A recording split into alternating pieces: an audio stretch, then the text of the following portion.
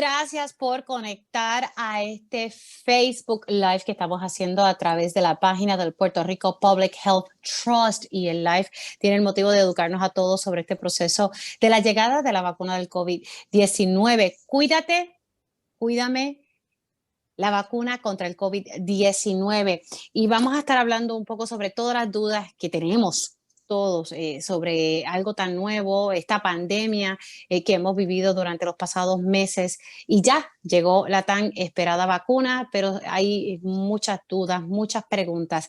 Y voy a tener el placer de estar dialogando con el doctor Carlos Sariol. Pero antes de iniciar esa conversación con el doctor Carlos Sariol, quiero pues darle las gracias porque este live ha sido posible por la colaboración que se está haciendo y que se desarrolló en conjunto con Ciencia PR, Mercy Corps y el Puerto Rico Public Health Trust para poder aclarar todas estas dudas. Y como muy bien le señalé al principio, voy a estar acompañada con el doctor Carlos Sariol, quien es investigador y director de la Unidad de Medicina Comparada de la Escuela de Medicina de la Universidad de Puerto Rico. Saludos, doctor. Gracias por conectar. Gracias, Mili, por la oportunidad. Agradezco la invitación. Así que aquí estamos a la orden. ¿Cómo podemos ayudar? Muchas gracias. Definitivamente. No, gracias a usted por sacar de su tiempo y recuerden que estamos conectados a través de la página de Facebook del Puerto Rico Public Health Trust. Si tiene preguntas, las puede formular y entonces estaremos mirando para poder pasar estas dudas al doctor Sariol. Vamos a arrancar, porque todo el mundo me pregunta, Mili, ¿me debo vacunar o no me vacuno? Doctor, ¿qué hacemos? ¿Nos vacunamos? La respuesta, básicamente, en casi el 100%, la respuesta es sí. Y no digo en el 100% porque hay casos, ¿verdad?, particulares que está bien recomendado por el CDC que se consulte con su médico. Pero de forma general, la respuesta es que todos debemos sumarnos a esta campaña de vacunación. Es algo súper importante que yo creo que contamos con una herramienta única, algo que no hubiera sido posible años atrás. Así que la respuesta es sí. Usted tiene la duda y está dentro del grupo que debería consultar con su médico, hágalo para que reciba la información apropiada. Hay muchos que se preguntan, ¿pero es seguro esta vacuna? Sí, ok, no, todo el mundo dice nos debemos vacunar. Vamos a hablar un poco sobre la seguridad de esta vacuna por el hecho de que se desarrolló tan rápido. ¿Podemos confiar? Bueno, esto es una pregunta que hemos recibido a diario, ¿verdad? Ujú. La respuesta es que aunque se haya hecho un proceso tan rápido, la verdad que la tecnología detrás del desarrollo de la vacuna es una tecnología que ya existía y se había utilizado incluso las compañías, tanto Pfizer y Moderna fundamentalmente, que precisamente hoy le dieron el visto bueno para que Sí. también se vaya adelante con desapruebe su vacuna. Pues esa tecnología ya la han utilizado para vacunas de chikungunya, para vacunas de influenza. Por tanto, aunque el proceso ha sido rápido, realmente ha sido rápido, y esto es importante que se entienda, ha sido rápido porque ya esta tecnología existía. No es que la tecnología se inventó de momento para hacer esta vacuna y salió de la nada. Es una tecnología ya que estaba, una metodología previa que estaba bien estudiadas en otros casos, ¿verdad? Con otros ejemplos y se aplicó para el COVID, para esta vacuna. Con relación a la seguridad, pues la data que tenemos, lo que se ha dado, ¿verdad? Lo que se ha liberado de los estudios clínicos y lo que se ha informado y lo que hemos visto, pues el profile de seguridad hasta el momento en que se ha estudiado la vacuna es muy favorable.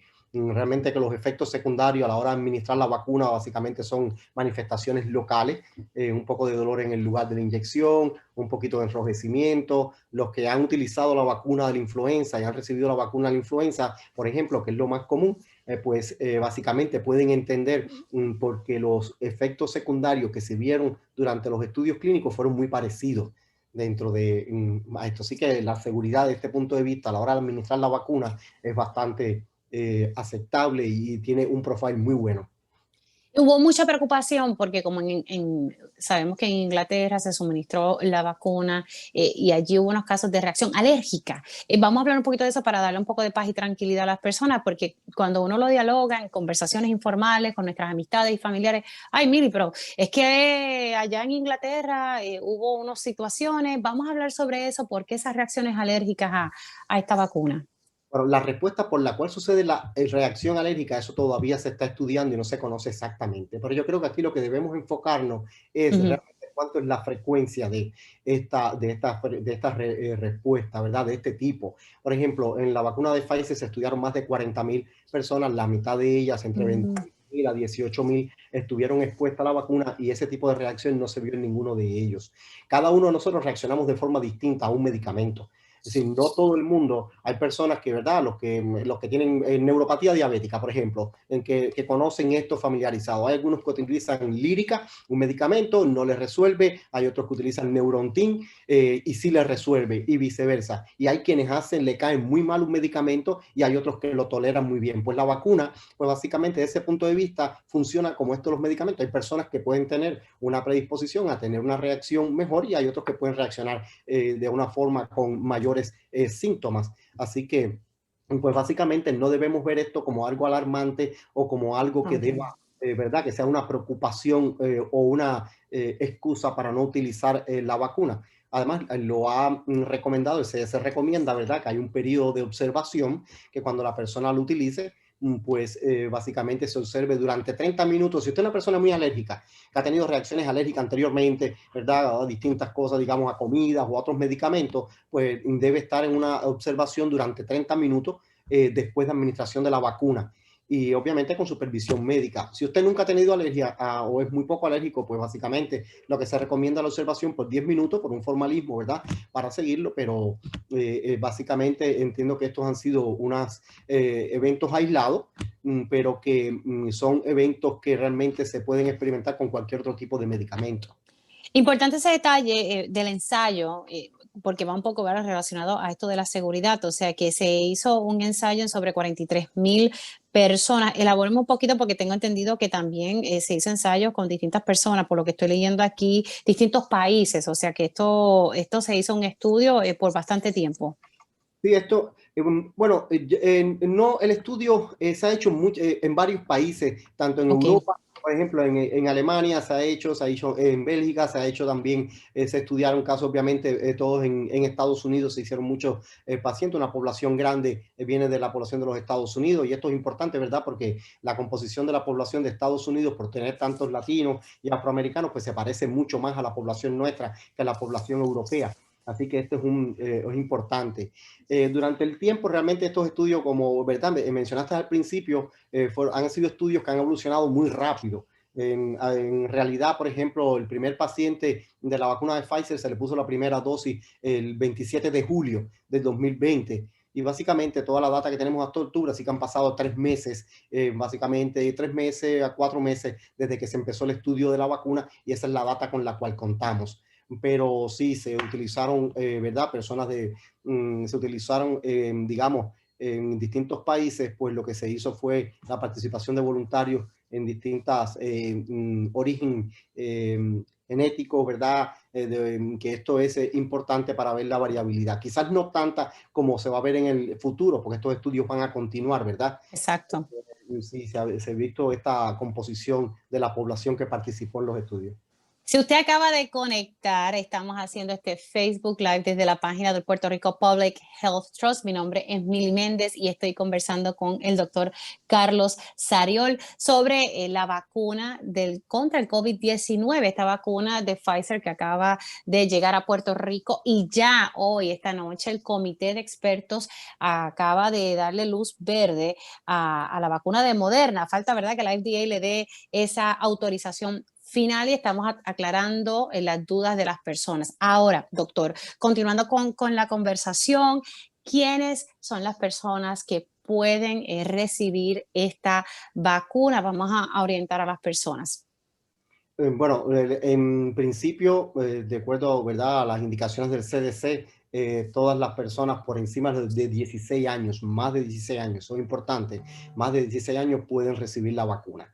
Y básicamente de más de 16 años, porque realmente es la población que participó en los estudios clínicos, una participación entre, ¿verdad?, de 12 a 15 años, un grupo de más o menos 600 participantes, de 16 a 17 unos 700 y tantos participantes.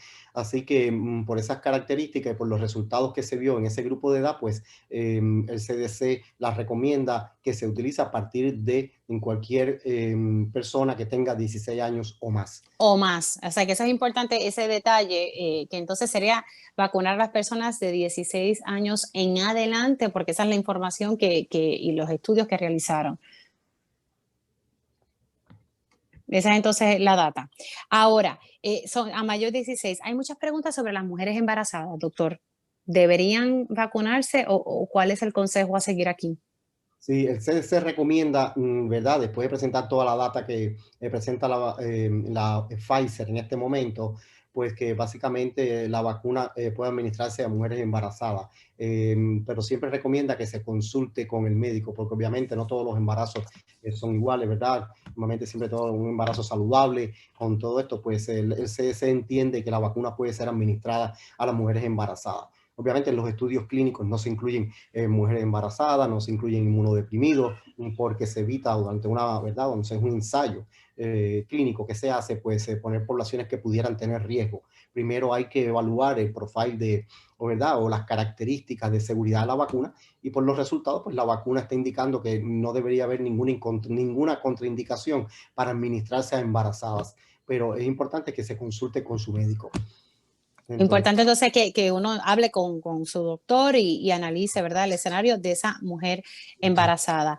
Ahora, esta pregunta me la han hecho mucho. ¿La vacuna contra el COVID-19 puede enfermarme con el virus? Esa es una buena pregunta porque lo he escuchado y la respuesta es absolutamente no. No hay forma que esta vacuna pueda enfermar a nadie con el virus porque la vacuna realmente no contiene ni siquiera partes del virus. La vacuna lo que está es formada por un pequeño fragmento genético del virus, ¿verdad?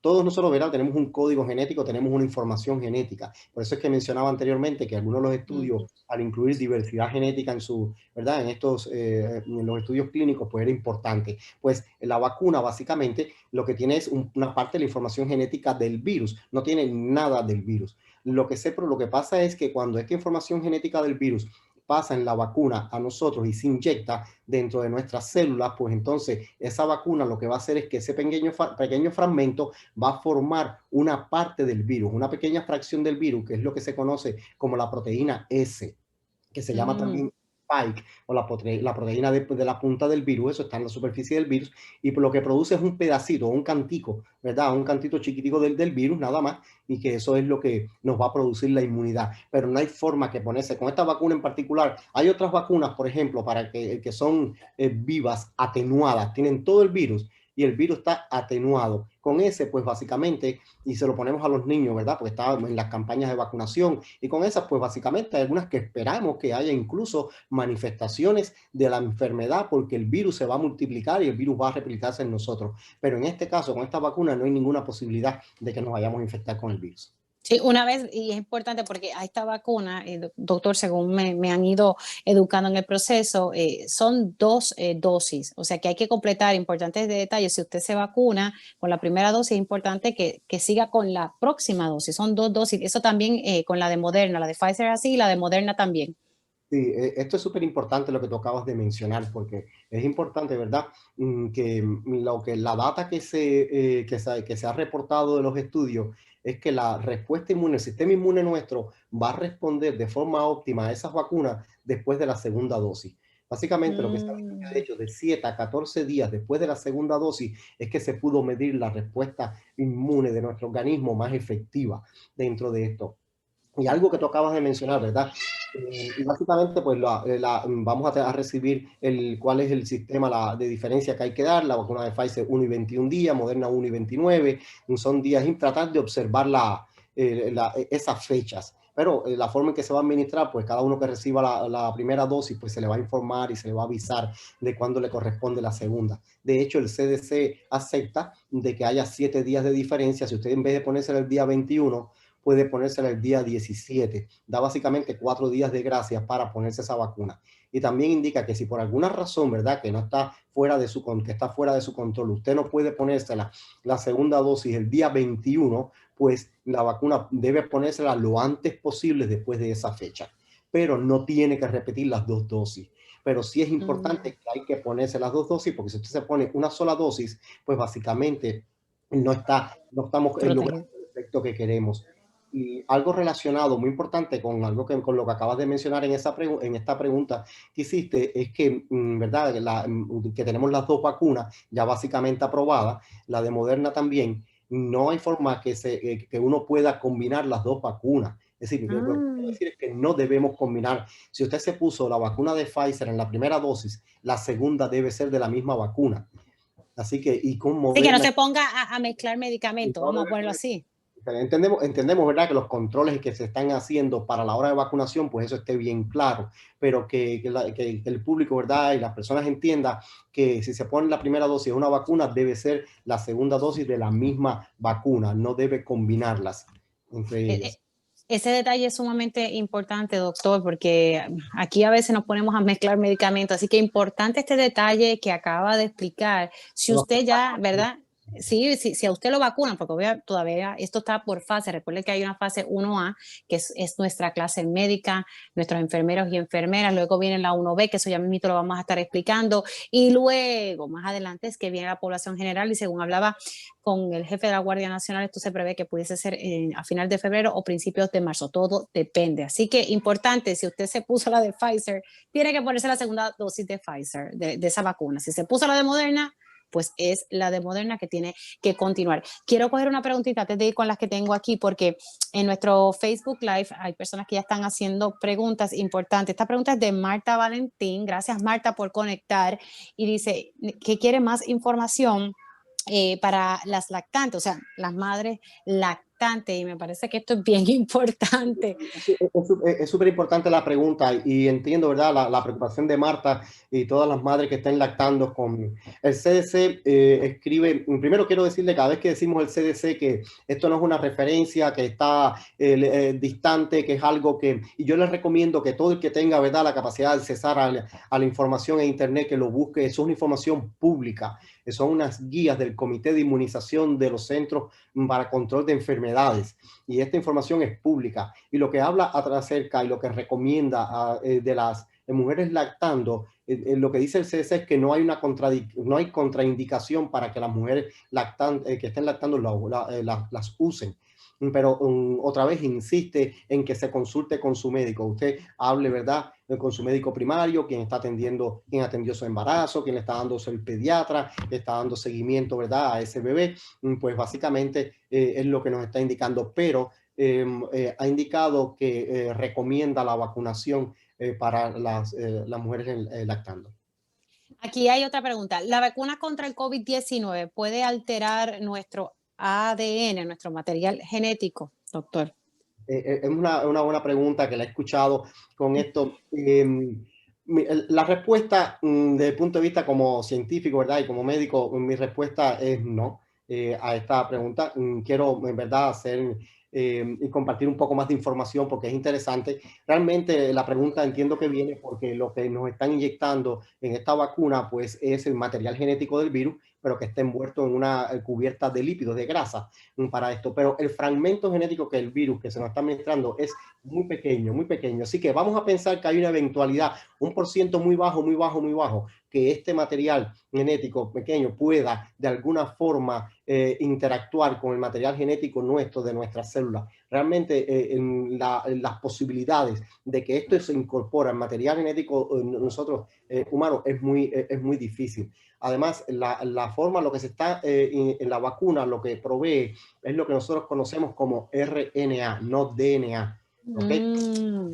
Los son de DNA, es un tipo de material genético, pero lo que se está inyectando es RNA, es decir, con RNA, que es el ácido ribonucleico, y el que tenemos en nuestros genes es el desoxirribonucleico. Son dos materiales genéticos distintos. Así que, y no hay forma de que este material se convierta en DNA para que se inserte dentro del DNA. Y lo otro importante es que como es RNA, es una molécula una sustancia muy sensible y que se rompe muy fácil. De hecho, un reto que han tenido las compañías fue diseñar que esa vacuna fuera estable y al darle estabilidad a esa molécula de material genético para que no se degrade tan rápido. Vamos a la próxima pregunta, que esta sí que me la han hecho un montón de veces. Dice, ¿la vacuna elimina el COVID-19? La vacuna elimina al COVID-19. No, la vacuna no mata al virus. Por eso es que el CDC recomienda, por ejemplo, si usted está infectado en el momento de que vaya a vacunar, usted tiene la infección del virus, la vacuna no es un medicamento para tratar la enfermedad. Las vacunas son herramientas para prevenirlas. Y eso es importante. Es decir, es para evitar que uno se infecte con el virus. Si uno está infectado en ese momento con el virus, es una de las pocas excepciones que el CDC recomienda que no se ponga la vacuna. Si usted sabe que está infectado de forma aguda, pues no la ponga. Así que la vacuna no mata el virus. Importante ese detalle. Si yo tengo COVID en este momento, ¿yo debería vacunarme si tengo COVID? Eso es uno de los pocos casos en que el CDC recomienda que la vacuna se aplace. Eso es importante. Es decir, que no se proceda a la vacunación hasta que no se resuelvan los síntomas. Y eso lo puede evitar, porque realmente no hay data de qué pasa, ¿verdad? Si una persona está infectada y se pone la vacuna, pues realmente no hay ¿Cuánto tiempo debe esperar una persona que ha dado positivo a COVID y que está en ese proceso de recuperación? ¿Cuánto tiempo se debería esperar para vacunarse? Sí, el CDC recomienda una vez que se resuelvan los síntomas. Una persona que una vez que esté asintomático, pues básicamente, aquí tenemos un escenario interesante, ¿verdad? En el sentido de que, como todos sabemos, hay muchas personas, y imagino que de la audiencia, ¿verdad? Los que están escuchando este programa, se estarán preguntando esto, y es que sabemos que en muchos casos la enfermedad es completamente asintomática y que la enfermedad y el CDC tiene esto en consideración y dice, ¿verdad? Si es asintomática, de hecho, el CDC no recomienda que uno se haga la prueba del COVID antes de ponerse la vacuna. Eso es importante, porque esa pregunta estoy seguro que también lo tienen muchas personas. El CDC lo que indica, o las indicaciones, ¿verdad? El comité del CDC que evaluó la vacuna, pues básicamente lo que está diciendo es, no hace falta testarse y buscar si uno está infectado o no. Si usted está asintomático, usted cualifica para ponerse la vacuna. Y obviamente... Pero interesante ese detalle, o sea que si yo quiero recibir la vacuna, no me tengo que ir a hacer la prueba el día antes o los días antes. No, Ok, ese es no. un detalle sumamente importante. Doctor, pero puede pasar que entonces el día que te vayas a vacunar, te estés infectada, pero estés asintomática, como pasa lo mismo, y recibas la vacuna mientras estés infectada. Pero eso no lo vamos a saber, ¿verdad? Porque si estás asintomático y no te has hecho la prueba, pues entonces obviamente vas a recibir la vacuna. ¿Eso sería peligroso o eso está bien? No hay data para decir, no hay data que diga si es peligroso o no lo es, pero yo entiendo que realmente, y es mi, ¿verdad? Mi criterio personal en este caso, por toda la información que hay, no debe aumentar el riesgo de ninguna forma. Hay esta pregunta, usted sabe que en Puerto Rico, pues en el pasado tenemos historia con que si nos utilizaron para probar ciertas cosas y hay historia sobre eso, pero entonces hay una pregunta aquí, ¿están utilizando a los residentes de Puerto Rico para probar la vacuna? No. Qué bueno que hagan esa pregunta, ¿verdad? Porque ahorita tú me preguntaste que esto se había hecho en otros países y todo, y quiero decir que realmente Puerto Rico está recibiendo el beneficio después del estudio clínico. De hecho, el estudio clínico no se hizo en Puerto Rico. Ni el estudio de Pfizer, ni de la vacuna de Moderna, ni de la AstraZeneca, ninguno de ellos, no ha habido ningún sitio, ningún de estudio clínico que se haya hecho en Puerto Rico. Así que los puertorriqueños en Puerto Rico, los que vivimos en Puerto Rico, no fuimos parte de este estudio clínico. Básicamente, este estudio se hizo básicamente en más de 150 centros a nivel mundial, y lo que me preguntaste ahorita, ¿verdad? Además de Estados Unidos, mencioné Alemania, pero también esto se hizo en Turquía, se hizo en Sudáfrica, se hizo en Brasil, se hizo en Argentina. Es decir, que la data viene de otros países que fue donde se realizó el estudio clínico, pero Puerto Rico está recibiendo el beneficio de la vacuna, no ha sido parte del estudio clínico. Así que desde ese punto de vista, pues la respuesta es realmente no, porque no fue parte del estudio. Ahora, a raíz de que estamos hablando de los distintos países donde, ¿verdad?, se hizo el estudio o el ensayo clínico sobre esta vacuna de COVID-19, en Estados Unidos hay un debate y hay muchos que no se quieren vacunar, en particular del reportaje que hacía ABC News, la raza negra, que muchos no se quieren vacunar. Están recordando, ¿verdad?, asuntos históricos donde sí en un momento dado ellos entendían que estaban experimentando con ellos y están escépticos y de verdad y de otras poblaciones, porque hay hay poblaciones diversas y están preocupados. ¿Qué usted puede decir sobre esto? Porque estoy leyendo aquí que los ensayos incluyeron un 5% asiático, el 19% afrodescendiente, 26% hispano-latino, 1% nativo americano. ¿Qué podemos, verdad, orientar a las personas que tal vez tienen temor por esto, verdad? Un asunto de Primero, racial, primero que de todo, ¿verdad? raza. Yo creo que la preocupación, uno entiende la preocupación por los antecedentes históricos. ¿Verdad? Hay un antecedente importante con el tratamiento de la sífilis, un estudio que se hizo en el Sí, de los Estados Unidos, que es bien. Alabama. Exactamente, en Alabama. Y en este estudio, ¿verdad? Se siguieron pacientes de la raza negra con sífilis y ya se había descubierto o ya estaba disponible un tratamiento para la sífilis y en vez de administrarle medicamentos inmediatamente que se hizo disponible, pues se siguieron los pacientes sin tratamiento. Y básicamente esto duró casi como 30 años, así que fue algo, y eso ha quedado en la memoria. Pero los tiempos han cambiado y hay muchas regulaciones a nivel internacional, ¿verdad?, que regulan esto, los estudios clínicos, la participación de los humanos en los estudios clínicos. Y quiero, ¿verdad?, adicionar esto, porque he escuchado no solo en esto, anteriormente, que si uno se convierte en conejillo de India, ¿verdad?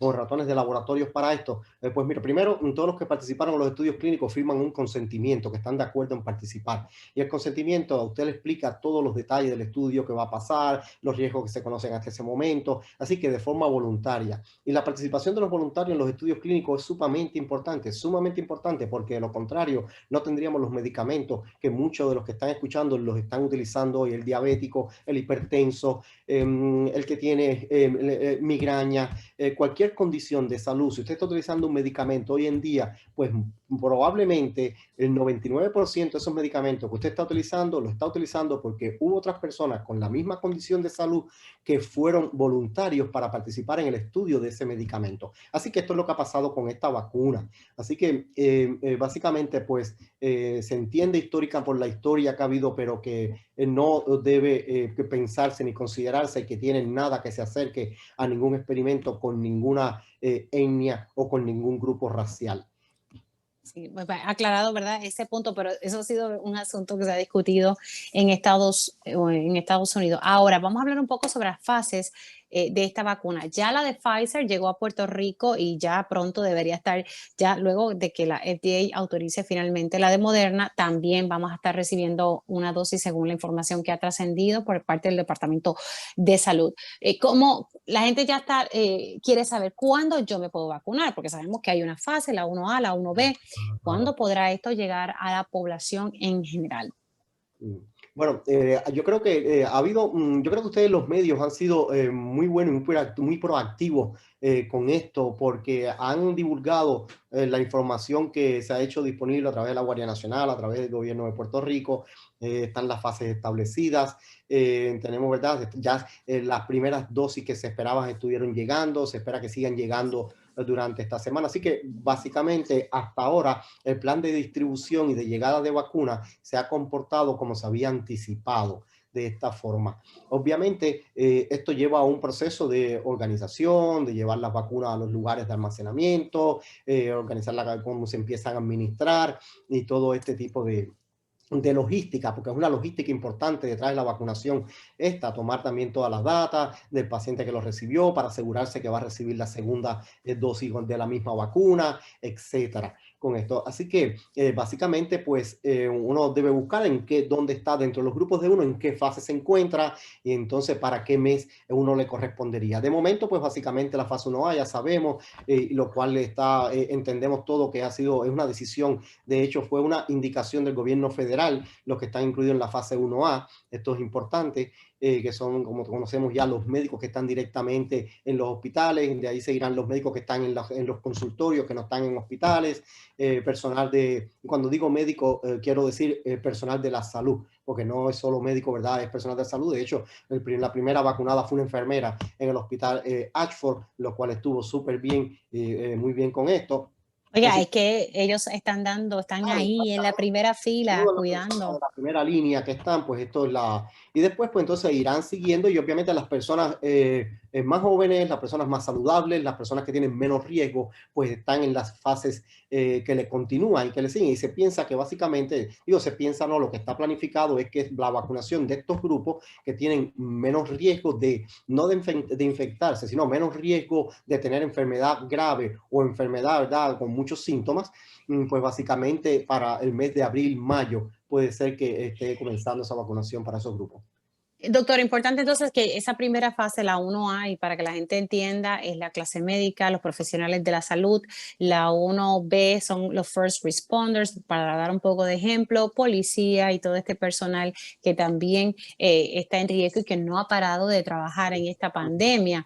Entonces, para que la gente entienda, para la población en general, se estima más o menos, según lo que ha dicho el jefe de la Guardia Nacional y el Departamento de Salud, más o menos febrero, marzo. Todo depende, lo único es que debemos estar ya preparados para que llegue ese momento. Algo que quiero destacar, doctor, es el hecho de que porque la vacuna haya llegado, no podemos bajar la guardia y empezar a quitarnos las mascarillas, dejar de tener este distanciamiento social, de lavarnos las manos. A mí eso me preocupa porque yo creo que la gente está como que bajando un poco la guardia por el hecho de que ya llegó una vacuna.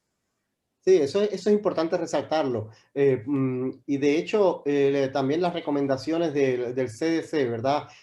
Nos habla acerca de esto. Básicamente en la última página del documento, donde están las recomendaciones, pues indica que incluso hay unas indicaciones específicas para los vacunados, para las personas que recibieron la vacuna. Y básicamente lo que indica es que aun cuando usted haya recibido la vacuna, hasta que este proceso no haya avanzado de vacunación, pues debería seguir utilizando las mismas medidas de protección que hemos seguido hasta ahora. Por distintas razones, ¿verdad? Lo explica bien claro.